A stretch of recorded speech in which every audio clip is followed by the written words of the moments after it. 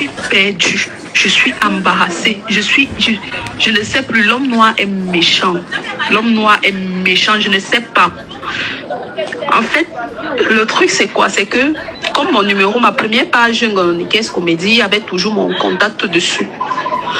Et il y a donc quelqu'un qui prend mon numéro, qui m'appelle, me disant, je suis madame le procureur Bellinga en service au tribunal de Samba.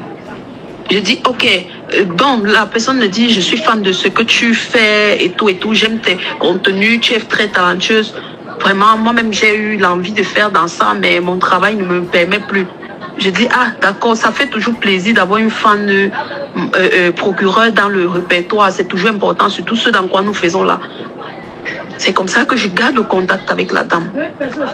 On reste, on est en contact, on cause, le matin, elle devient comme une marraine pour moi. Je dis comme une marraine, comme une maman, parce qu'elle me soutient. Le genre que quelqu'un te soutient moralement, même financièrement, elle me soutenait un peu.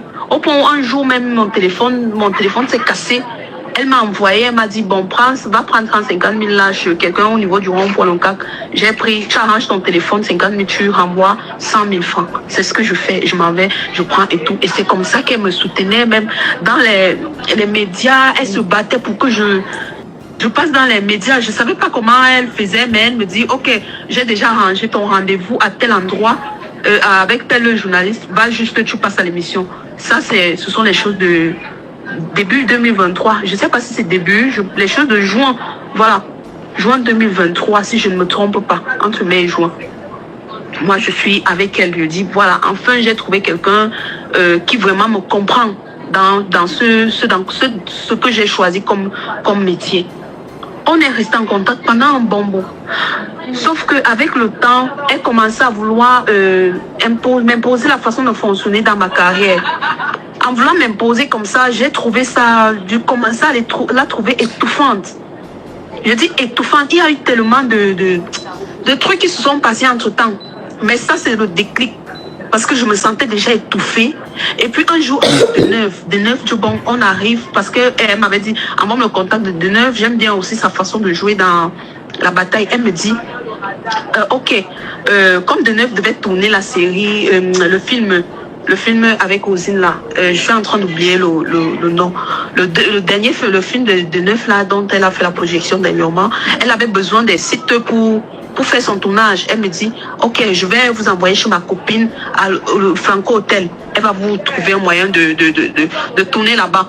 Quand on arrive à l'hôtel Franco, on dit qu'on ne la connaît pas. C'est ce qui crée même le déclic. C'est où je reste et dis, mais ça c'est quelle histoire ça? C'est où ça me refroidit. Je commence donc à être distante avec elle. C'est à ce niveau donc, vu les comportements, la manière dont je me sentais étouffée, je lui ai dit, je ne souhaite plus qu'elle soit trop impliquée dans ma carrière comme ça, ça ne me plaît pas. Mon Dieu, c'est comme si j'avais déclenché. Elle est partie dire à la fille de celle qui a travaillé avec j'oublie tellement son nom. Celle qui a travaillé avec William Seignou là. J'oublie la fille, j'oublie son nom. C'est elle aussi, elle avait contacté, parce qu'elle aussi, elle était en contact avec la dame. Donc, elle avait envoyé la fille vers moi. Elle a dit que, bon, voilà aussi ma fille, vous allez vous soutenir, vous serrer les coudes. C'est comme ça qu'elle envoie le voice là-bas. Elle dit comment je suis une pute, comment j'ai couché avec les gens dans le cinéma. C'est elle qui m'a fait ci, c'est elle qui m'a fait ça. Je me pose des questions que, mais ça, c'est quel genre de langage ordurier que Maïsra peut utiliser comme ça?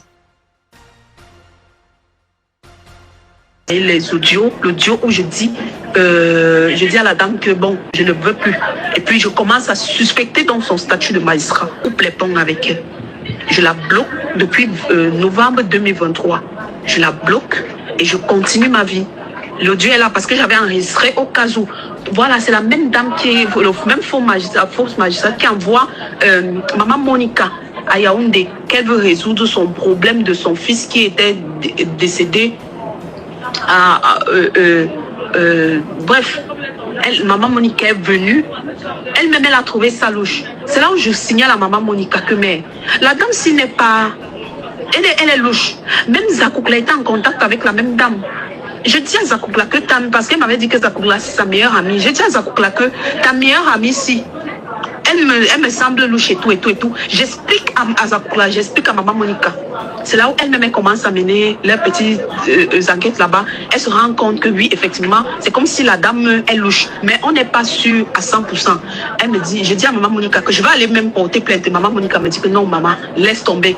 La seule chose à faire, c'est que tu coupes le contact avec elle. C'est comme ça que je bloque la dame. Je continue dans ma vie. En avril 2024, c'est juste comme avril comme ça là, ou c'est avril, ou c'est début mai, un truc comme ça. On m'appelle à Douala pour un contrat publicitaire. Quand j'arrive sur Douala, on a fait arrêter un monsieur dont elle m'avait mis en contact avec, que c'est une fausse magistrate dont elle avait envoyé livrer les pagnes. On est allé l'arrêter là-bas, qu'effectivement on cherche même la fausse magistrate là. Elle usurpe le titre de quelqu'un. C'est comme ça le gars dit que elle m'avait dit que sa sœur est comédienne.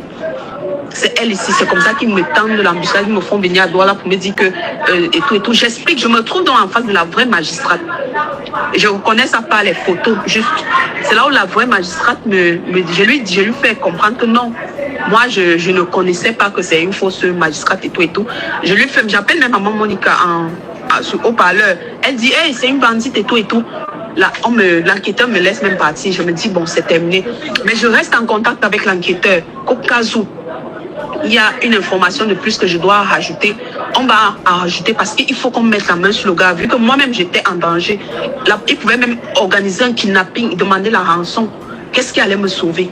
C'est là où je vois que moi-même, ma vie est en danger. Je reste en contact avec l'enquêteur. Toutes les informations, on avait même créé un groupe avec Tony et une autre, j'oublie aussi son nom. On a créé un petit groupe pour retrouver la dame, pour avoir les informations sur la dame. Mais bon, on a eu quelques petits trucs. C'est à ce niveau que je donne tout ce que j'avais comme information recueillie, j'envoie à l'enquêteur. Je reste donc un jour, Téné m'appelle, Christian Téné. Il m'appelle, il me dit, Nicaise, j'ai un petit contrat pour toi à Douala. Est-ce que tu peux venir? Je dis, bien sûr, j'ai quoi faire. Vu que, lui, bien avant, la fausse magistrate m'avait envoyé un jour chez Téné le rencontrer. Elle m'avait dit, bon, les gens comme Téné, ce sont des hommes d'affaires, tu vois, demain ou après-demain, ils peuvent t'aider même dans les contrats publicitaires. Donc, tu peux le rencontrer. C'était la période où ça avait chauffé entre Flavien Tchata, Pambatemi et Téné là. Je lui avais donc expliqué, quand tu as le contact du magistrat dans ton téléphone et qu'il y a une situation, la première chose à faire, c'est que tu lui expliques. Je lui avais expliqué dans le problème. Elle m'avait même conseillé, c'est elle qui me conseille, elle me dit, va au parquet et tout, fais comme ça, tu fais comme ça, ça va aboutir. Et c'est comme ça qu'elle m'a conseillé. On a fait ce qu'on avait pu faire. Et puis on a fait libérer Pambatemi. Je ne dirais pas que c'est moi, mais tout avec d'autres responsables du ministère des Arts et de la Culture, notamment Charlotte Ngomagno et l'autre. Charlotte Ngomagno et d'autres personnes, on s'est retrouvés, Pambatemi est sorti. C'est à la suite de cela qu'ils ont arrangé le problème avec Téné. Donc, quand ils arrangent dans le problème, la dame me dit, le faux procureur me dit, c'est quelqu'un qu'on ne sait jamais. Demain, ça peut, vous pouvez collaborer ensemble. Surtout comme il fait dans les vins, il peut avoir besoin d'une campagne de publicité ou un truc comme ça. Il faut le rencontrer. Je suis allée, j'ai vu Téné, on s'est assis dans son bureau et il m'a expliqué ce qui s'est passé même avec Flavienne. J'ai dit, ce sont des choses qui arrivent. Je lui ai dit que, est-ce que tu as les ambitions de porter même plainte et tout et tout? Il m'a dit qu'il va voir et tout et tout. Je suis partie. Le lendemain, je devais rentrer sur Yaoundé encore. Je suis allée voir à la demande de la fausse magistrate que il faut encore aller voir. On ne sait pas si c'est qu'il a les ambitions de se plaindre et tout. Je suis allée, j'ai encore vu et puis on s'est séparés et tout. Moi, je suis rentrée. C'est comme ça. Donc, monsieur Ténédon m'invite à Douala. Il me dit, j'ai un contrat publicitaire pour toi ici. Est-ce que tu peux venir? C'est comme ça que j'arrive sur Douala. Et quand j'arrive sur Douala, j'appelle Téné, il ne me prend plus au téléphone. Mon manager appelle même Téné, il ne prend pas au téléphone. Je dis que, mais c'est quoi cette histoire? Et donc, bon, comme je suis sur Douala, je profite même, je vais essayer de voir l'enquêteur pour qu'il me dise à quel niveau le problème est déjà. C'est comme ça que je fais appel, j'appelle l'enquêteur. Je pars là-bas à la brigade de Bonanchola, où il y a le tribunal militaire. Je pars là-bas, l'enquêteur me dit qu'on va t'arrêter. Je dis que m'arrêter pourquoi? Parce que ton nom a été cité ici. ton nom revient chez Monsieur Téné. Monsieur Téné t'a cité ici comme quelqu'un qui allait se faire passer pour un magistrat. Donc, bref, j'ai dit que, mais c'est quoi cette histoire?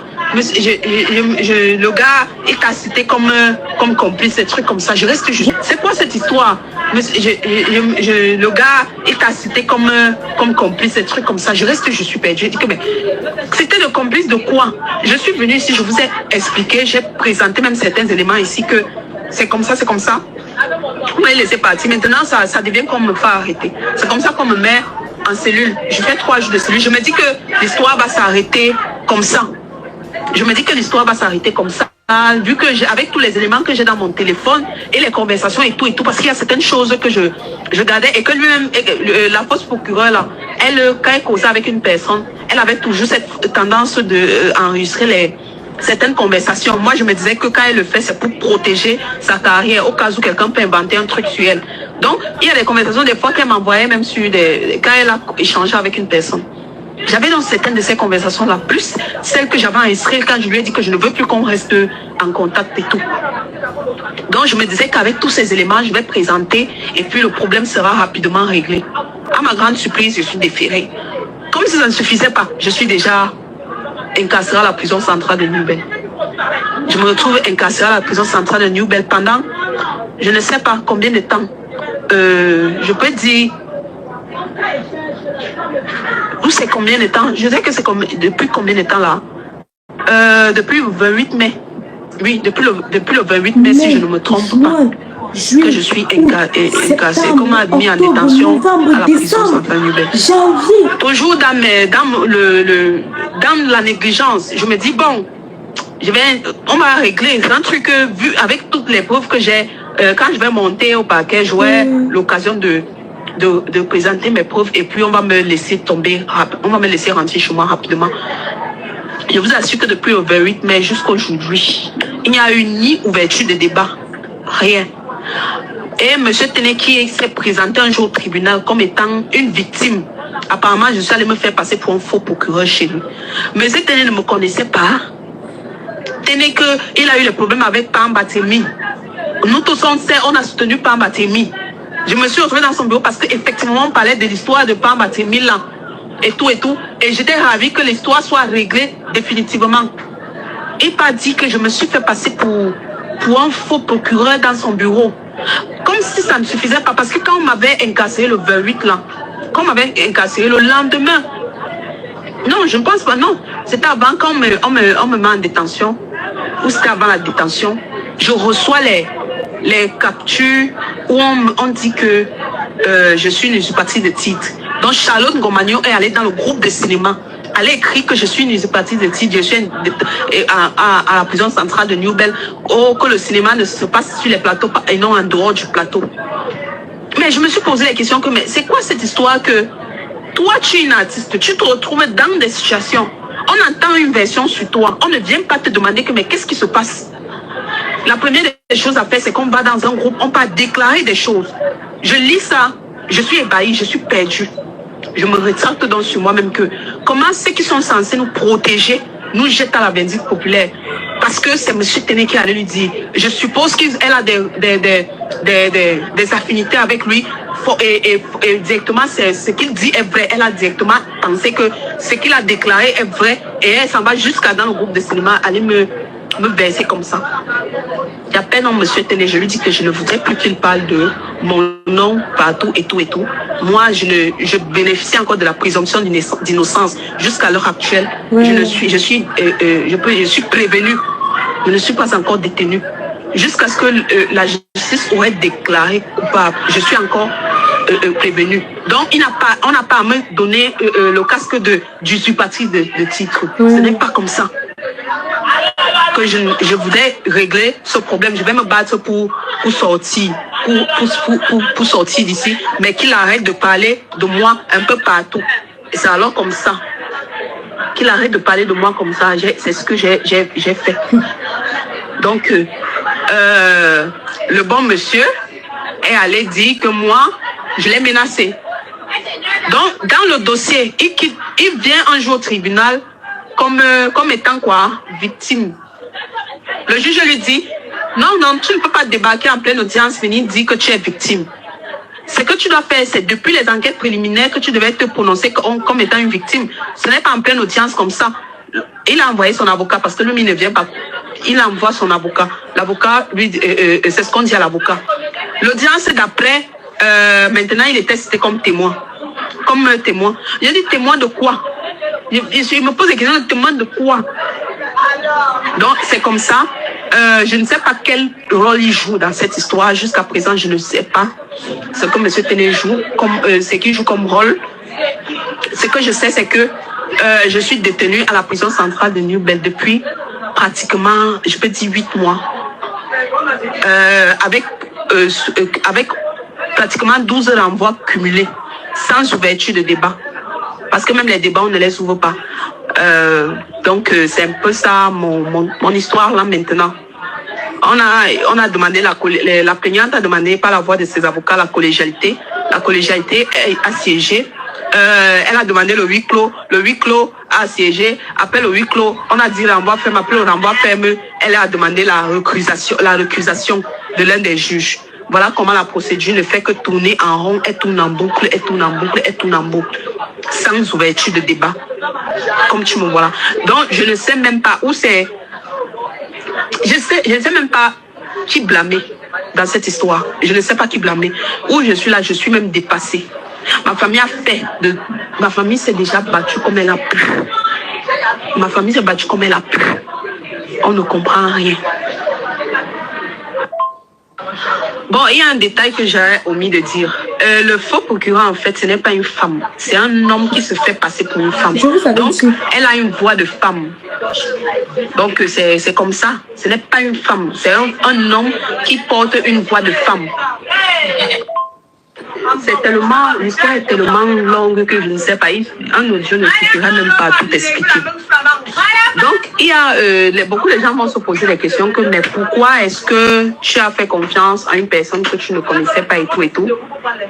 En fait, je lui ai demandé que mais est-ce qu'on peut se rencontrer, est-ce qu'on peut se voir. Elle m'a dit, elle a un service au tribunal de Consamba, comme je vous l'ai expliqué, et que quand elle va prendre son congé, on pourra se rencontrer. J'ai dit, ok, c'est comme ça que je ne reviens plus dessus. C'est comme ça. Et vous savez qu'on a à l'ère du digital. Tu peux être en contact avec une personne peut-être que tu n'as jamais vue, même de la diaspora, partout. Vous pouvez être en contact comme ça. Vous ne vous êtes jamais vu, peut-être en face. Et puis, quand j'ai dit, je veux les appels vidéo, elle me dit que non, elle ne veut pas les affaires d'appels vidéo parce que son statut de magistrat, on les traduit au conseil de la magistrature à cause de ces histoires qu'elle se mêle des choses des artistes et autres. Il ne faudrait pas qu'elle soit, donc elle préfère m'aider dans l'anonymat comme ça. Elle dit, ah, tant mieux. Voilà donc pourquoi je ne me suis pas trop dérangée dans ce sens. Il faut aussi retenir que le gars qui s'est fait passer pour la fausse magistrate, là, il m'a déchargé depuis la brigade. Il a dit clairement que je ne suis pas sa complice. Il m'a déchargé. Il a fait même encore une décharge écrite, il a envoyé au parquet. Oui. Donc, j'ai été déchargée depuis le début. Chers fans, allez sur Play Store ou App Store, téléchargez votre application TapTapSense. TapTapSense qui est conçue une application pour envoyer de l'argent en Afrique sans toutefois vous déplacer. C'est-à-dire, avec TapTapSense, vous n'avez plus besoin de vous déplacer, aller dans les banques ou dans les microfinances pour envoyer de l'argent en Afrique. Avec TapTapSense, il suffit juste de télécharger l'application dans votre téléphone, paramétrer, et quand vous paramétrez lors de votre premier envoi, utilisez mon code promo qui est NOSABI. Voilà comment NOSABI s'écrit. NOSABY, tout en majuscule. C'est le meilleur code promo de TapTapSense. Et lorsque tu utilises mon code promo NOSABI pour ton premier envoi, si tu résides en Europe, tu dois bénéficier de 5 €. Et si tu résides du côté des États-Unis ou au Canada, tu dois bénéficier de 10 $. Avec TapTapSense, vous pouvez envoyer n'importe quelle somme d'argent à 2 € seulement. Je fais avec mon téléphone.